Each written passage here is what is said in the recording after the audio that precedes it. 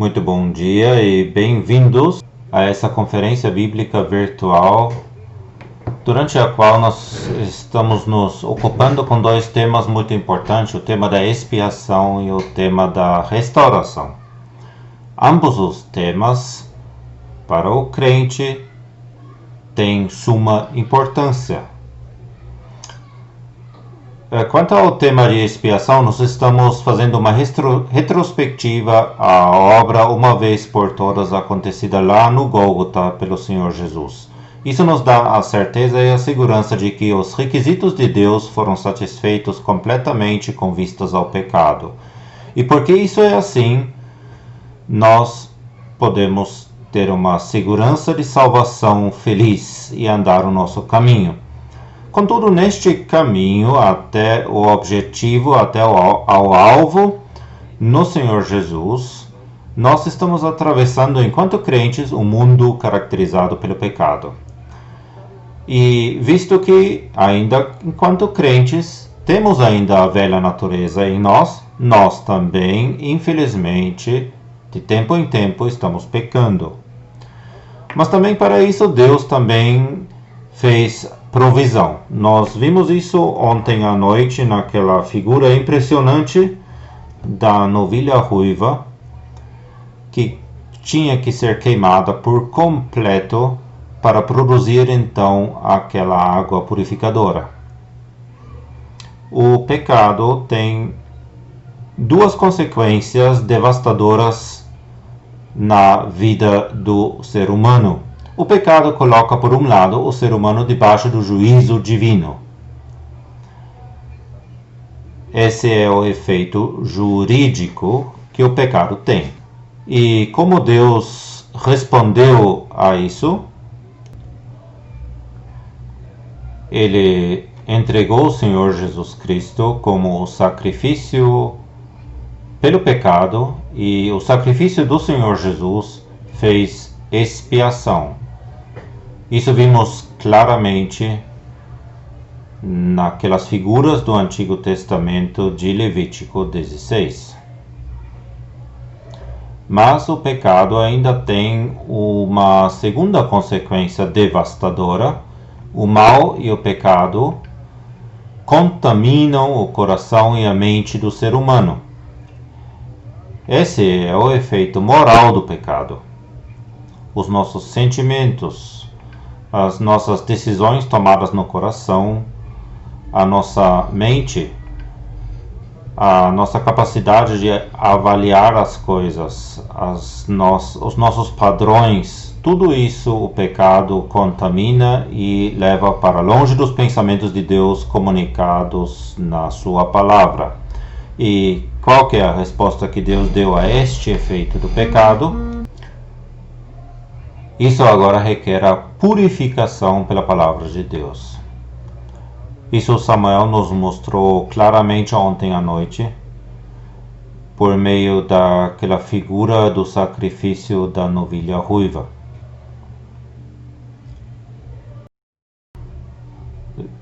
São duas consequências do pecado, às quais Deus deu e encontrou uma resposta maravilhosa.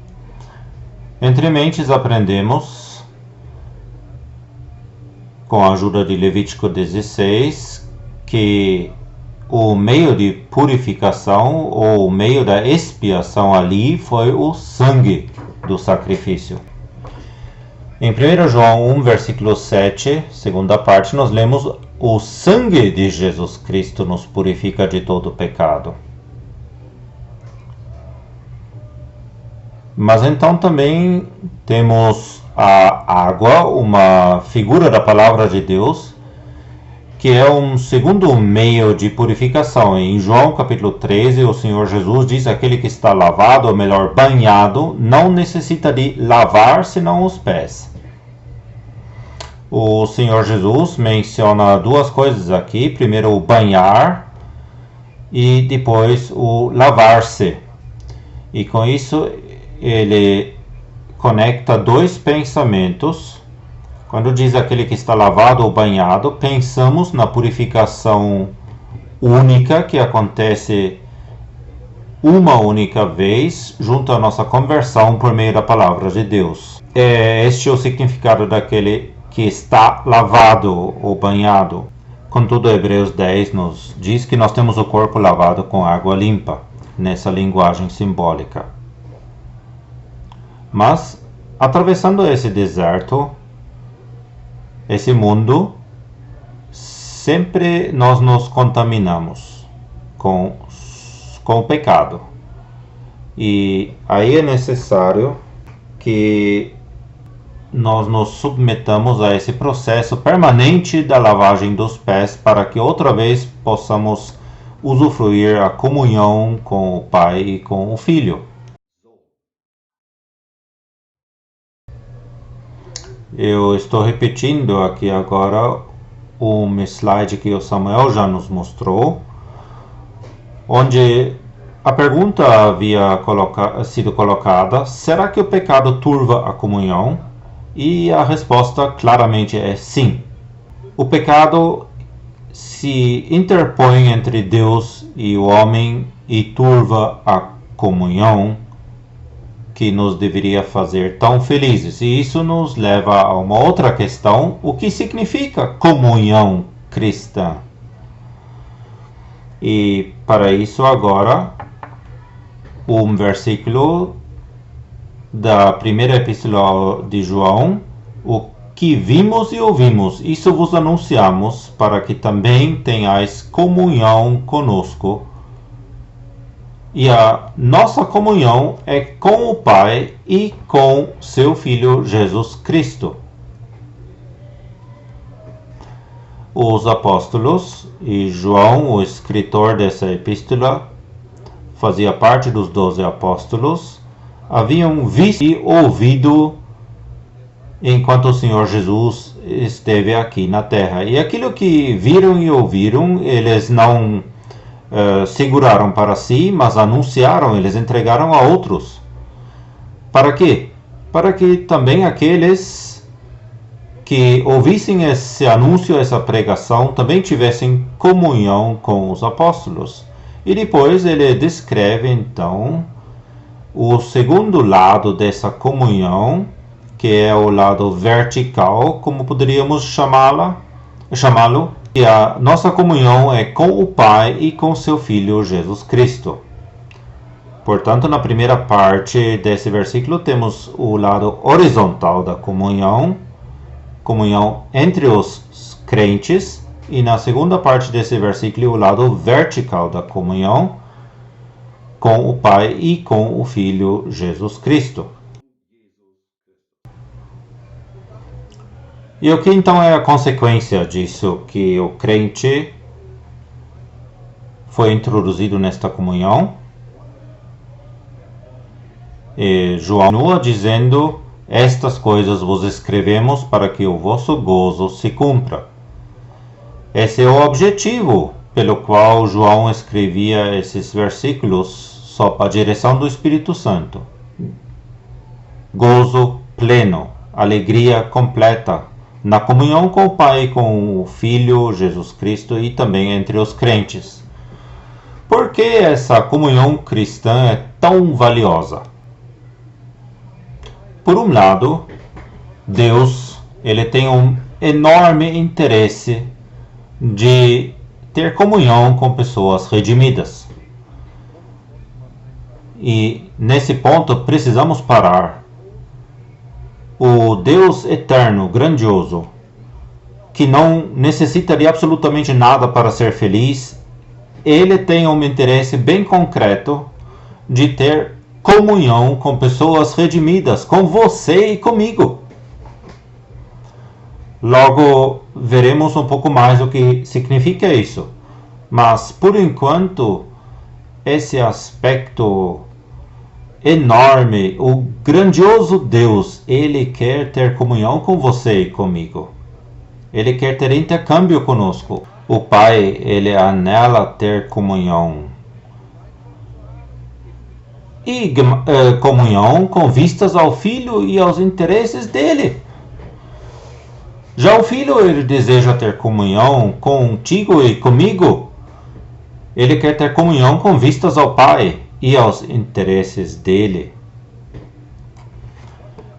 Que pensamento enorme que esses homens pequenos podem ter comunhão com o Pai e com o Filho. A comunhão, ela conduz à alegria plena.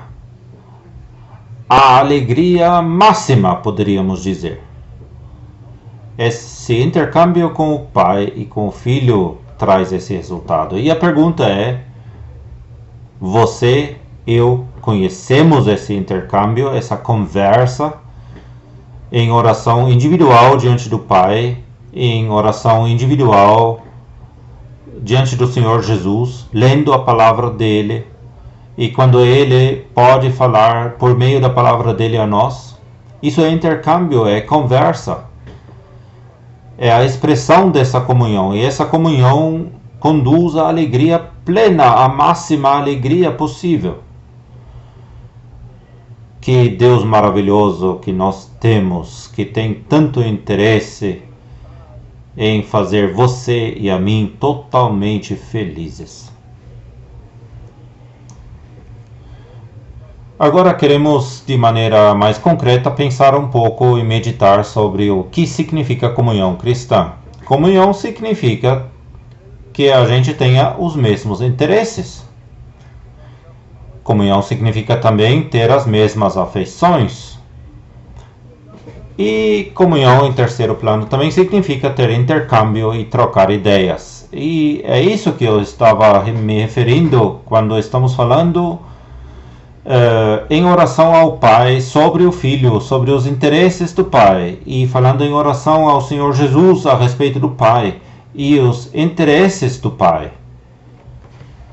E que também, por meio da palavra dele, possamos receber alguma coisa, uma comunicação a respeito daquilo que são os interesses do Pai e os interesses do Filho, aquilo que nos faz felizes. Esse pequeno gráfico mostra esse aspecto da comunhão entre o Pai e o Filho, por um lado, e os redimidos na terra, por outro lado. E nós queremos reter na nossa mente e na consciência que comunhão leva à alegria plena, à alegria máxima. Aprendemos que comunhão tem um aspecto vertical, que também existe uma comunhão horizontal entre os crentes. E também isso é algo muito, muito bonito. João havia escrito a respeito disso e todos nós conhecemos exemplos de uma comunhão dessas. Eu gostaria de mostrar agora alguns retratos da conferência em Curitiba, onde irmãos tiveram intercâmbio, onde se canta uns com os outros, onde gerações estão conversando, onde se troca ideias sobre os interesses do Pai e os interesses do Filho. E justamente isso é comunhão. É um intercâmbio, troca de ideias no nível horizontal. Temos os mesmos interesses, as mesmas afeições para com o nosso Senhor e o nosso Pai Celestial. E é alegria para nós trocarmos ideias a respeito. Isso faz feliz. Comunhão leva à alegria plena, à alegria máxima.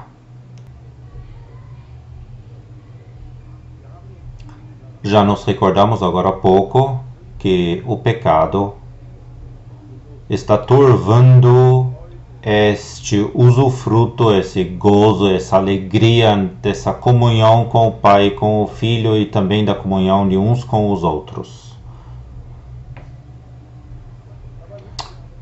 Levando isso em conta, precisamos discernir no que diz respeito à possessão da vida eterna.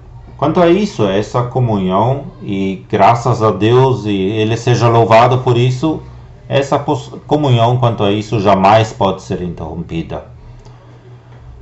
No que diz respeito ao gozo, à alegria, à bênção da comunhão, aí sim o pecado contamina e é o assassino por excelência, aquele que abafa, que impossibilita a comunhão. E por isso é tão importante que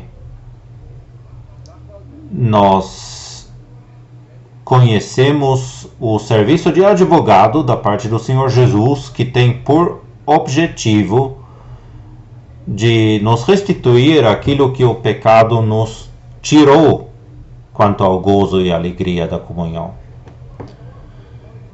Ele quer restaurar a alegria perdida. É isso que faz com que o serviço do Senhor Jesus na condição de um advogado seja tão necessário e valioso. E para isso, um versículo de 1 João 2, versículo 1 desse capítulo, João escreve: se alguém pecar, se esse caso aconteceu, então nós temos um advogado para com o Pai, Jesus Cristo, o justo. Isso nos leva a fazer a pergunta: o que vem a ser um advogado? Um advogado é alguém que se encarrega de tomar conta da questão, da causa, das necessidades, dos cuidados de um outro, que intercede pelo outro, que se empenha a favor de um outro. Nós conhecemos a profissão do advogado ou de um intercessor que diante do juiz está tomando conta das causas, das questões do seu cliente. O Senhor Jesus, enquanto nosso advogado, é aquele que intercede por nós, tendo por objetivo que esta comunhão possa ser usufruída novamente sem empecilhos, aquela comunhão que nos faz feliz.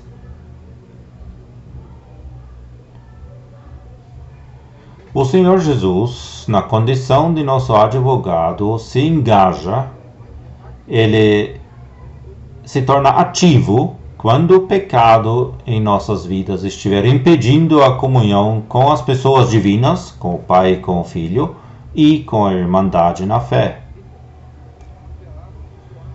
E em João capítulo 13, e Samuel já apontou para isto ontem, nós temos uma figura maravilhosa quando o Senhor Jesus está lavando os pés dos discípulos.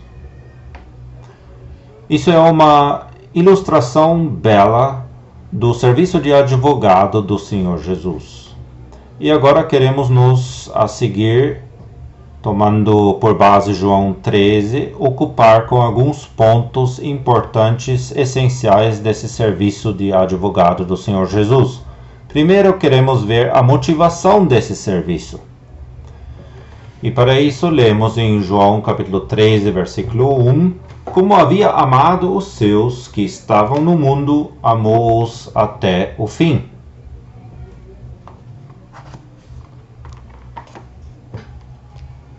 Amor é a motivação pela intervenção do advogado. O Senhor Jesus estava prestes a voltar ao Pai no céu e ele estaria agora deixando os que são dele neste mundo com todos os seus perigos, os seus que estavam no mundo. Mas então ele esclarece, o Espírito Santo melhor esclarece então que o Senhor Jesus havia amado os seus e continua amando-os até ao fim. Até o fim, isso significa sempre, sem interrupção. A palavra grega até ao fim aqui é traduzida em outros lugares como incessantemente, sem parar. E esse amor do Senhor Jesus, ainda que nós estejamos na terra e Ele no céu, esse amor que não pode nos contemplar sem fazer nada, não pode ver que um dos seus está sofrendo por causa do usufruto roubado do gozo da comunhão. Esse amor é ativo, até hoje, mais um motivo para louvarmos ao nosso Senhor Jesus dia após dia.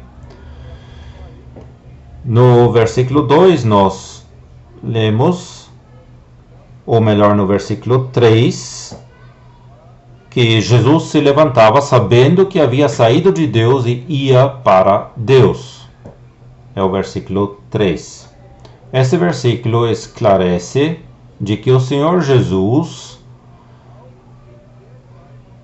está executando também esse serviço de advogado enquanto ele está no céu. O serviço parte do céu até hoje. O amor para com os seus não mudou.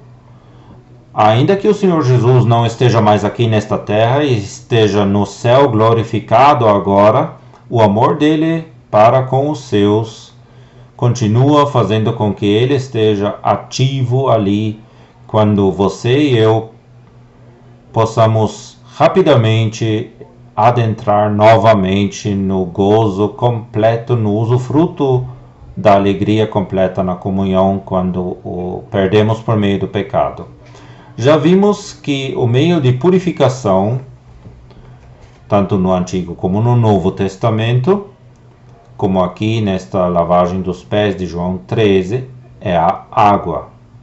O Senhor Jesus, ele estava deitando água naquela bacia, para então começar a lavar os pés dos discípulos.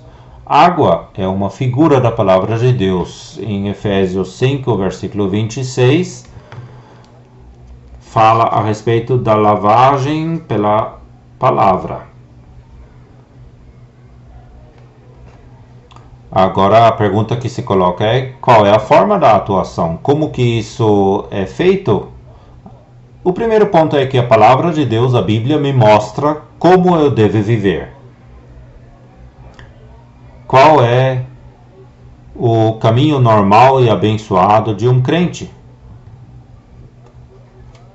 Me mostra aquilo que é o certo, aquilo que é a maneira correta de viver. Se agora acontece um pecado, então o Espírito Santo ele me mostra em conexão com a palavra de Deus como eu vivi.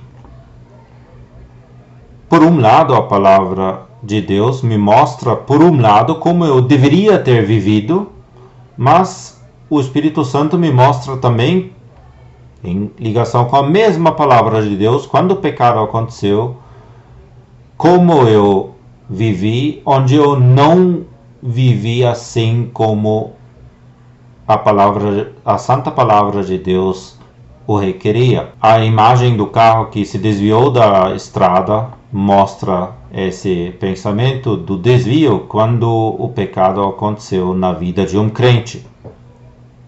Mas o Espírito Santo não apenas isso, felizmente, me mostra qual que foi o desvio, mas ele me mostra também que o Senhor Jesus teve que entrar no juízo e na morte por esse pecado. E exatamente isso que nos leva a Números capítulo 19, aquela novilha vermelha ou ruiva, que por completo tinha que ser queimado e de cuja cinza em ligação com água viva foi produzida então aquela água purificadora. E o Samuel nos mostrou que durante 7 dias, 2 vezes, aquela água da purificação tinha que ser aspergida sobre aquele que havia tido contato com a morte. O Espírito Santo, quando acontece um pecado na vida de um crente, quando o crente caiu, então o Espírito Santo vai operar na alma dele, vai lhe mostrar onde foi o desvio, sim, mas ele também lhe mostra uma impressão profunda do pecado, mostrando, veja, exatamente por esse pecado o Senhor Jesus teve que sofrer. Por causa disso ele tinha que entrar naquelas 3 horas do juízo de Deus implacável, e por isso ele tinha que entrar na morte. Durante aquela semana, durante aqueles 7 dias, nós ouvimos ontem, se mostra claramente de quanto maior a minha consciência de que o Senhor Jesus tinha que entrar no juízo e na morte por isso, tanto mais profundamente acontece a restauração para que aquela alegria desimpedida no usufruto do gozo da comunhão com o Pai e com o Filho, também o usufruto do gozo da comunhão com os irmãos pode ser restaurado. E que de novo isso entre no coração, aquilo que lemos lá em João, a alegria plena.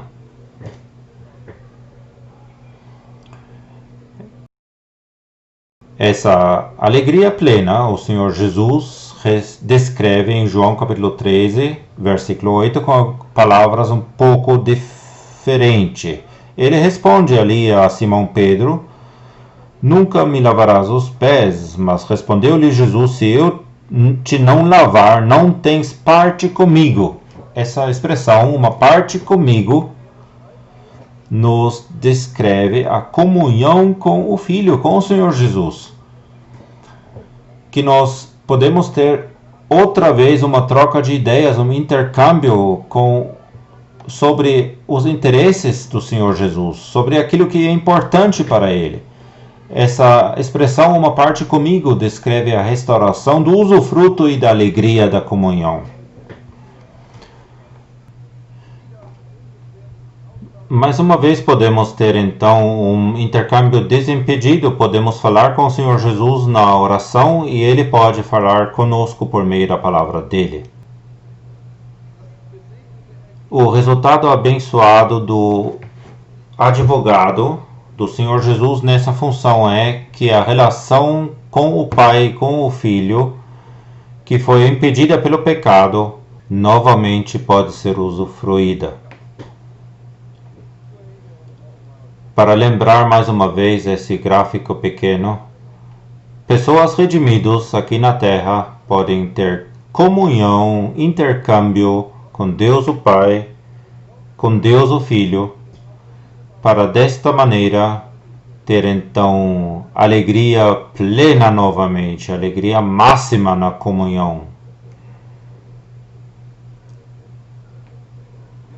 Queremos nos ocupar agora, utilizando o exemplo de Pedro, ver o serviço do Senhor Jesus enquanto advogado.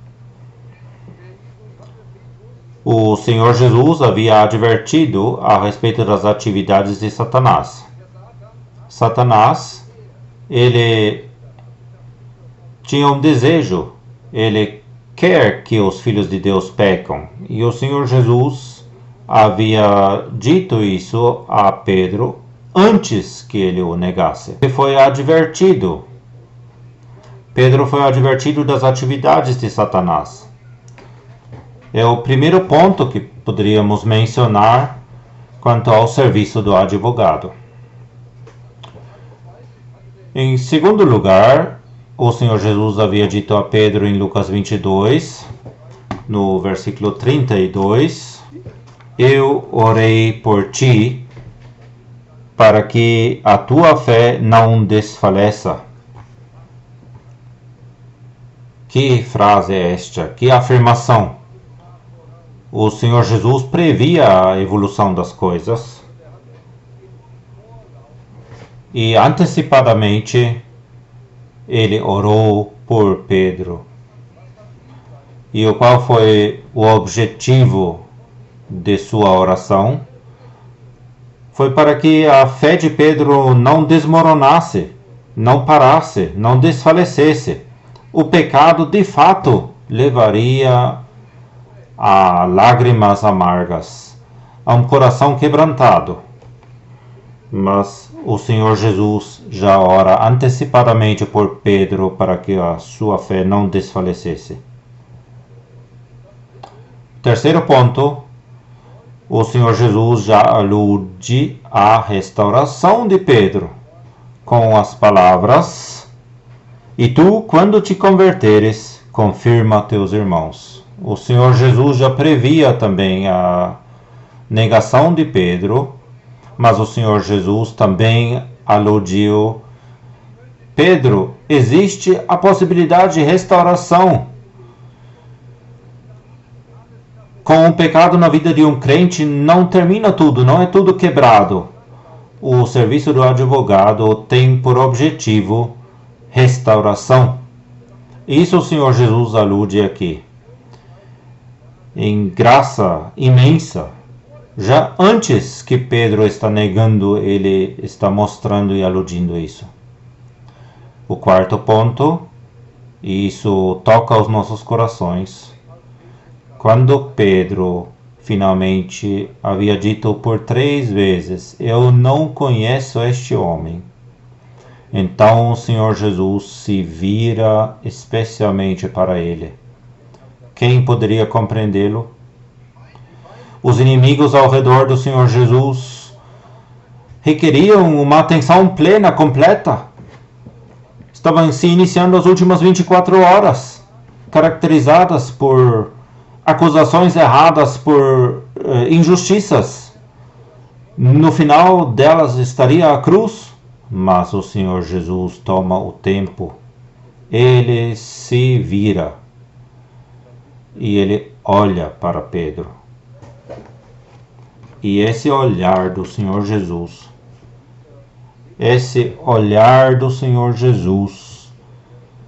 introduz e inicia a restauração de Pedro.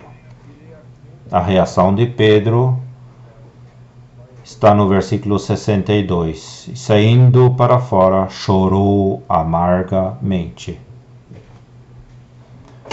Como esse olhar deve ter penetrado a Pedro. Mas então continua com o serviço do advogado. No dia da ressurreição, em Marcos capítulo 16, versículo 7, o Senhor Jesus, enquanto ressurreto, ele tem uma mensagem especial para Pedro.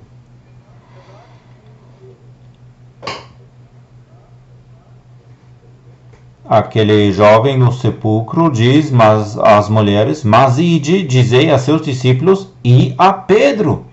Por que Pedro está sendo mencionado de forma especial? Pedro era um dos discípulos, mas a mensagem do ressurreto por meio desse anjo tinha que alcançar de forma especial o coração de Pedro. Dizei a seus discípulos e a Pedro. O que isso deve ter causado no Pedro quando ele ouvia das mulheres de forma explícita, eu fui mencionado. Não é tudo terminado, não. O Senhor tem uma mensagem para Pedro.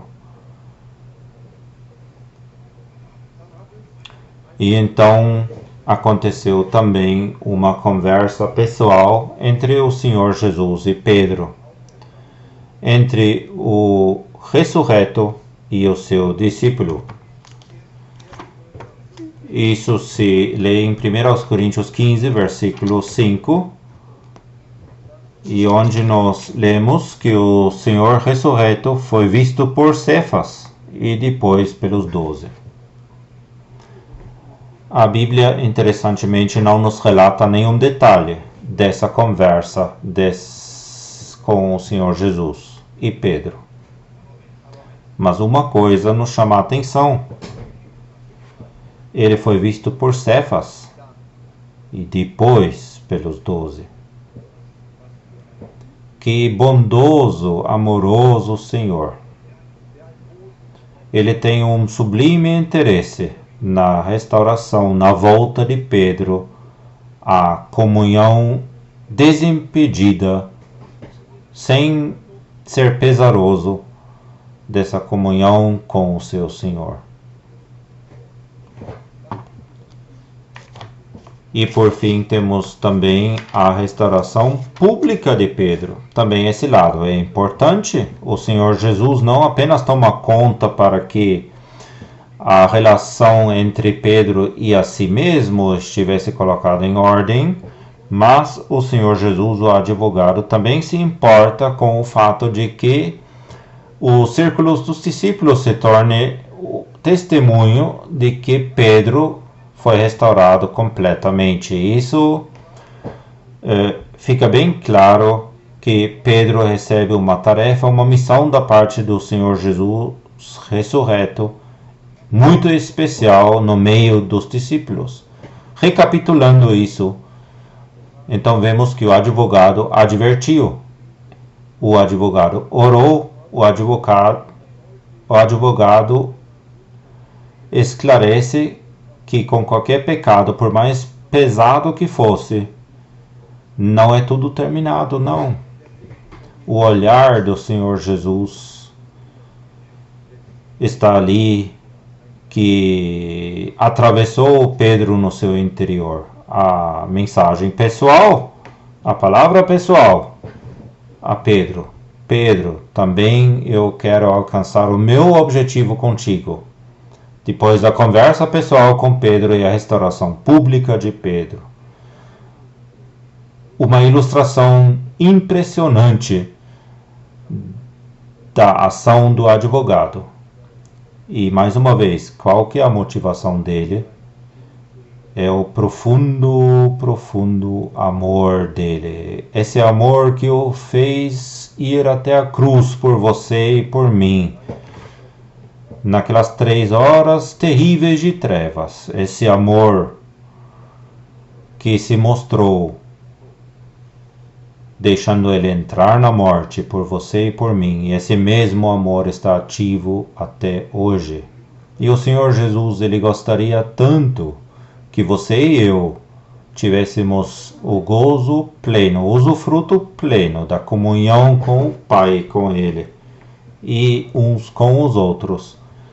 Que nós retenhamos isso, ou se houver pecado no meio, que sejamos restaurados. Quais são as consequências agora da ocupação com o serviço do advogado? Quais são as consequências práticas em nossas vidas? E finalizando, eu gostaria de mostrar 2 aspectos importantes para a conduta de nossas vidas. A primeira consequência diz respeito a nós mesmos. E para isso queremos ler de 1 de Pedro, capítulo 2, versículo 24. Aquele que levando ele mesmo em seu corpo os nossos pecados sobre o madeiro,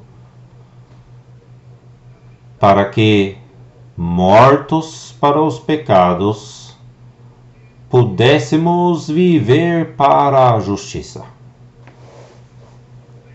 É impressionante como o Espírito Santo conecta de forma direta o juízo que o Senhor Jesus no meu lugar suportou com uma consequência prática. Ele levou os meus pecados sobre o madeiro em seu corpo. Para quê? Por quê? Para que nós, mortos para os pecados, como um galho morto que não tem mais ligação, mortos para os pecados, pudéssemos viver para a justiça. Podemos assim praticar uma conduta de vida caracterizada por justiça prática, com concordância com Deus e a sua palavra, que levou Ele mesmo em seu corpo os nossos pecados sobre o madeiro, com essa finalidade, com esse objetivo, para que nós agora pudéssemos demonstrar uma conduta de vida que é caracterizada de justiça. E que não temos mais nada a ver com o pecado, que nós estamos nos desviando do pecado, mantendo distância de tudo que possa nos fazer pecar. Em Romanos 13, Paulo escreve que não devemos ter cuidado da carne. Com outras palavras, devemos ser vigilantes de forma bem ativa para que não pequemos. E não há uma motivação mais forte de manter a distância de tudo que é mal, do pecado, do que uma profunda consciência O Senhor Jesus, por isso, exatamente por isso, Ele levou o meu pecado em seu corpo sobre o madeiro. Por isso Ele tinha que adentrar no juízo e na morte. Sim, Ele, o inocente. Queremos nos deixar motivar de conduzirmos uma vida que honra Ele, uma vida que está de acordo com a palavra de Deus, uma vida que serve para a alegria do Pai, para a alegria do Filho, para que então nós possamos ter o pleno usufruto da comunhão com o Pai, com o Filho, com os irmãos e irmãs na fé. Essa é uma primeira consequência na prática com vistas a nós mesmos.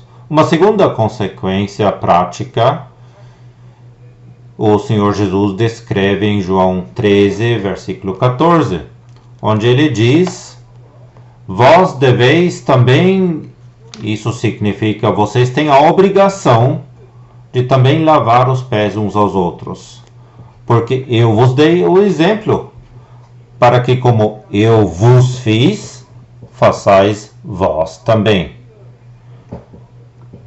Portanto, somos conclamados que quando estamos vendo um irmão ou uma irmã na fé, onde o pecado interrompeu o usufruto do gozo da comunhão com o Pai e com o Filho, que não fiquemos inativos, mas motivados pelo amor. Vamos então e ajudemos. Apresentemos a palavra de Deus com a sua força purificadora. Apresentemos o Senhor Jesus, que morreu e que estava no juízo e na morte pelo pecado, para que haja restauração. Uma palavra do Antigo Testamento diz que não devemos suportar o pecado sobre o irmão. Com outras palavras, não podemos ficar indiferentes quanto a isso. Você tem uma obrigação de ficar ativo. O Senhor Jesus nos deu um exemplo. E a esse exemplo gostaríamos de seguir. Assim, nós vimos alguma coisa da atividade do Senhor Jesus que ainda agora Ele está executando a partir do céu, ininterruptamente, enquanto advogado, para que quando há pecado em nossa vida, o quanto antes possamos ser restaurados, com o objetivo de ter outra vez o usufruto, o gozo dessa alegria da comunhão. Nós nos ocupamos agora com os temas de expiação, a entrada, o acesso a Deus, a comunhão com Ele. Que o Senhor Jesus derramou o seu sangue, entregou a sua vida para satisfazer a todos os requisitos de Deus, abrindo um caminho para que pecadores redimidos pudessem entrar nessa comunhão feliz com Deus. E também vimos como Deus fez provisão para colocar à disposição um meio de purificação para que no caminho através deste mundo, caso haja pecado, possamos ser restaurados. Ambas as coisas estão ligadas intimamente e inseparavelmente com a morte do Senhor Jesus. Isso sempre tem que ficar grandemente diante dos nossos olhares.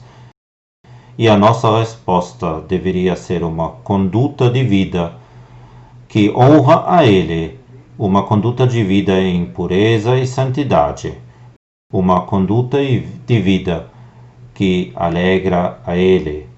Que maravilhoso Deus nós temos, que fez provisão dessa forma. A Ele seja o louvor e a exaltação por isso.